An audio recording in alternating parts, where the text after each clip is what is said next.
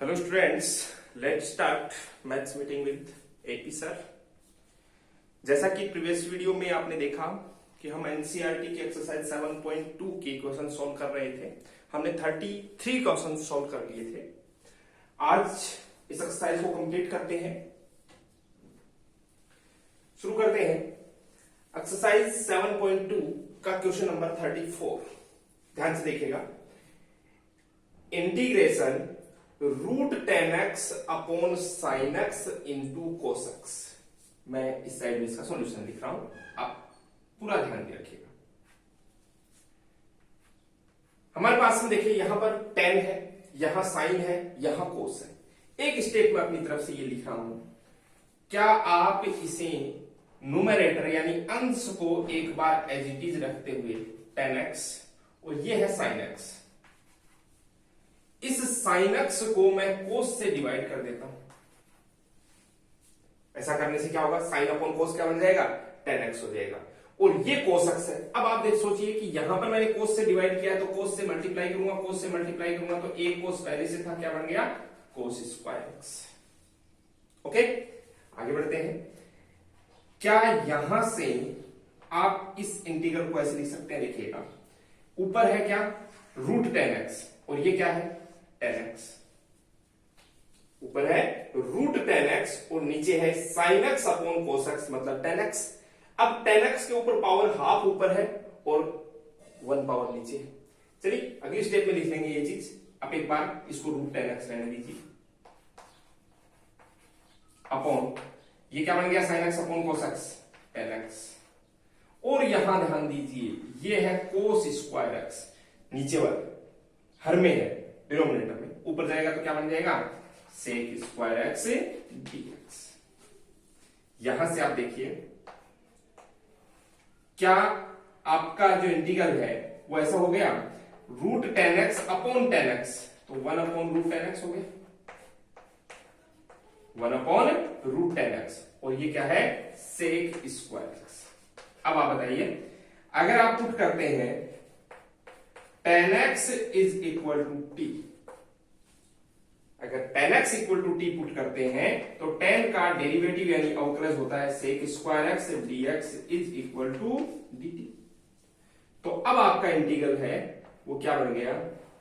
1 upon √t। देखिए 1 upon √t और sec square x dx क्या बन गया? dt। और ये तो हम सीधा सीधा फॉर्मूला पढ़ते हैं। 1 अपॉन √x dx का क्या होता है? 2√x, तो ये हो जाएगा 2√t प्लस c। ओके, अब आप फाइनल आंसर लिखने से पहले क्या करेंगे? t को रिप्लेस कर देंगे। t किसको कहा था हमने? tan x को, तो 2√tan x प्लस c, ये आपका इंटीग्रल आपको मिलता है। ओके, पॉज करके नोट कर सकते हैं।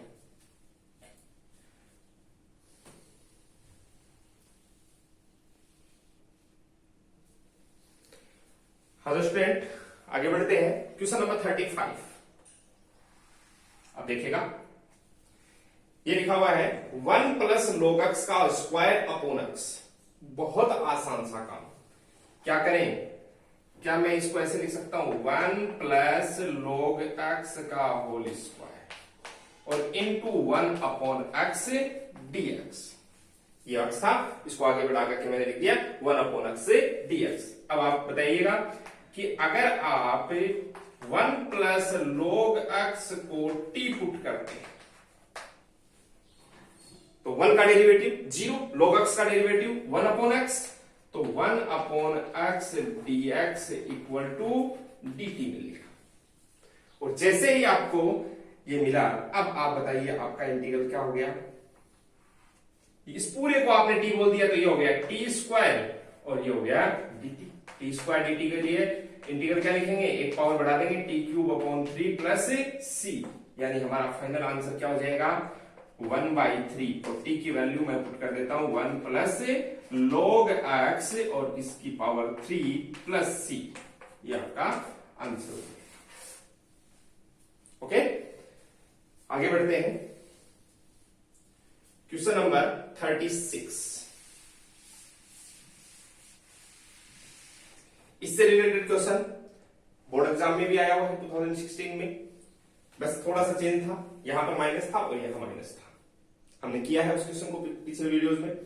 अब आप इस क्वेश्चन में भी वही काम आप देखिएगा, x प्लस log x आपके सामने है। अगर इस क्वेश्चन में मैं ऐसा करता हूं, ध्यान बोर्ड पे, तो क्या आप इसे ऐसे लिख सकते हैं, देखो x प्लस 1 अपॉन x, इसको पूरे को अलग कर दीजिए, सिर्फ लिखो x plus log x, okay.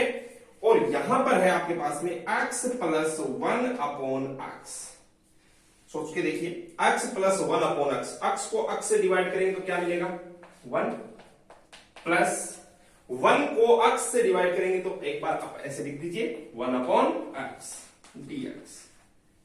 इससे बेनिफिट क्या हुआ, यहां से अगर मैं आपसे ये कहूं कि x प्लस log x को t के इक्वल पुट कीजिए, इस पूरे पार्ट को x प्लस log x को t के इक्वल पुट कर लेंगे, तो क्या आप ऐसा कह सकते हैं कि x का डेरिवेटिव 1 प्लस log x का derivative 1 upon x dx equal to dt, t का डेरिवेटिव dt। क्या आपको ये सब्स्टिट्यूशन मिलेगा यहां से? इस सब्स्टिट्यूशन को आप जब यूज करेंगे तो ये आपके पास में हो गया t और 1 प्लस 1 अपॉन x dx हो गया dt। अब बताइए इसका t dt का इंटीग्रल क्या लिखेंगे आप, t square by 2 plus c, और t की वैल्यू रिप्लेस कर दीजिए, क्या लिखोगे आप 1 बाई 2 अलग निकाल लेता हूं ये, और t की जगह पर लिख देता हूं मैं x प्लस log x और इसका स्क्वायर प्लस c, ये आपका इंटीग्रल आपको मिल जाता है, ओके। से आगे बढ़ते हैं, क्वेश्चन नंबर 37।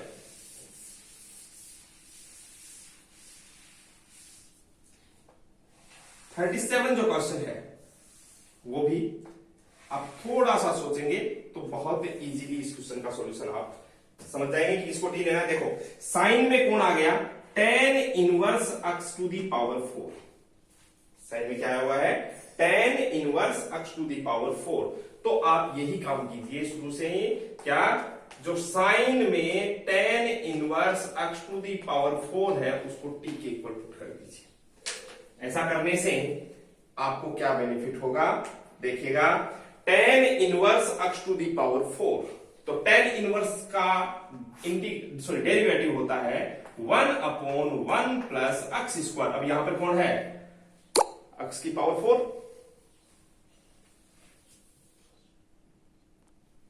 देखिए ध्यान से, 1 प्लस x की पावर 8 हो जाएगा। कैसे, tan इनवर्स x का डेरिवेटिव होता है 1 अपॉन 1 प्लस x स्क्वायर, यहां पर x की पावर 4, तो x की पावर 4 का स्क्वायर x की पावर 8। अब tan इनवर्स में x की जगह पर जो भी आया उसको भी डिफरेंशिएट करो, अब x की पावर 4 का डेरिवेटिव क्या हो जाएगा, 4x to the power 3, power आगे आ जाएगी, एक पावर कम हो जाएगी, और x का derivative dx equal to dt।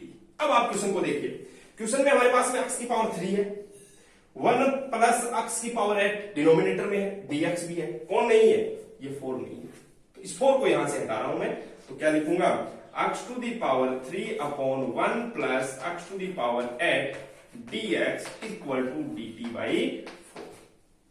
अब आप बताइए आपका जो इंटीग्रल है वो क्या हो गया, x की पावर 3 1 प्लस x की पावर 8 dx, ये सब मिलकर के तो क्या बन गए, dt बाई 4, जिसमें से 1 बाई 4 तो इंटीग्रेशन के बाहर और dt इंटीग्रेशन के अंदर। अब साइन और इस पूरे को आपने क्या कहा है, t, तो ये हो गया साइन t।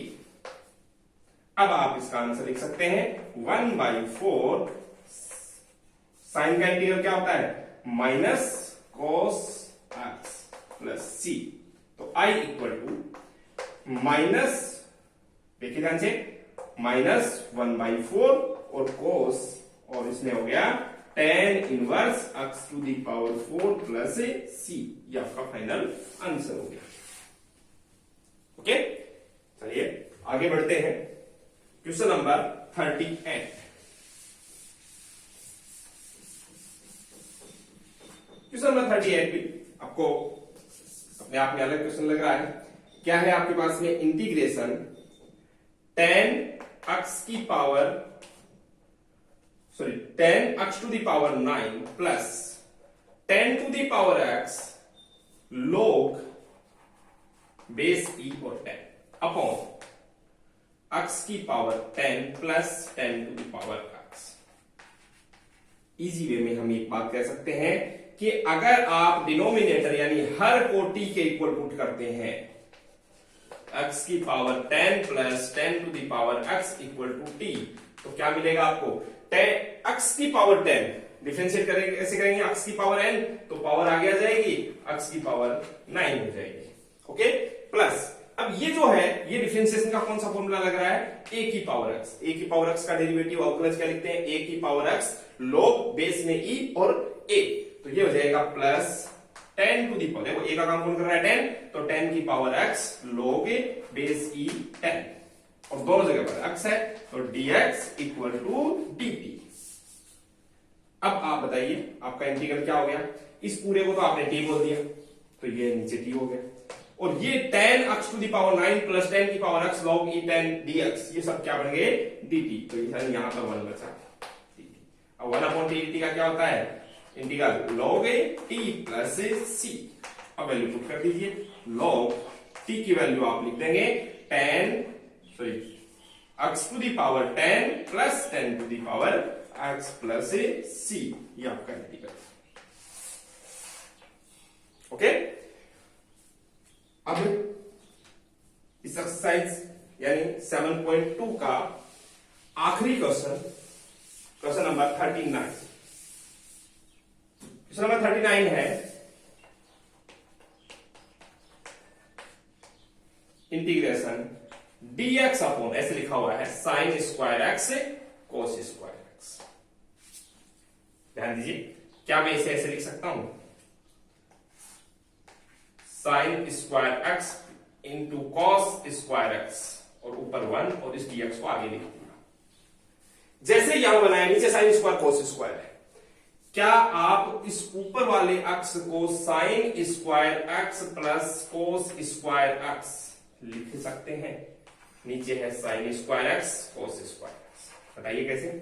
हम जानते हैं 10th क्लास से ही ट्रिग्नोमेट्री की ये जो फर्स्ट आइडेंटिटी, प्रथम सर्वसम्मिका होती है, sine square theta plus cos square theta equal to 1। मैंने इस 1 को रिप्लेस कर दिया sine square x plus cos square x से। बेनिफिट क्या हुआ? देखिए, अगर आप इस इंटीग्रेशन की यहां से दो पार्ट करते हैं, तो पहले पार्ट में क्या होगा? साइन स्क्वायर से साइन स्क्वायर कैंसिल आउट हो जाएगा, तो क्या रह जाएगा यहाँ पर? 1 अपॉन कोस स्क्वायर। 1 अपॉन कोस स्क्वायर को क्या लिख देंगे हम? Sec square x dx, plus दूसरे पार्ट में देखिए, कॉस स्क्वायर से कोस स्क्वायर कैंसिल आउट, 1 अपॉन साइन स्क्वायर। 1 अपॉन साइन स्क्वायर को हम क्या बोल देंगे? Cosec square x dx। अब ये दोनों बेसिक फॉर्मूले अपने पास में। सेक स्क्वायर x का इंटीग्रल क्या होता है? tan x। कोसेक स्क्वायर का होता है minus cot x plus c।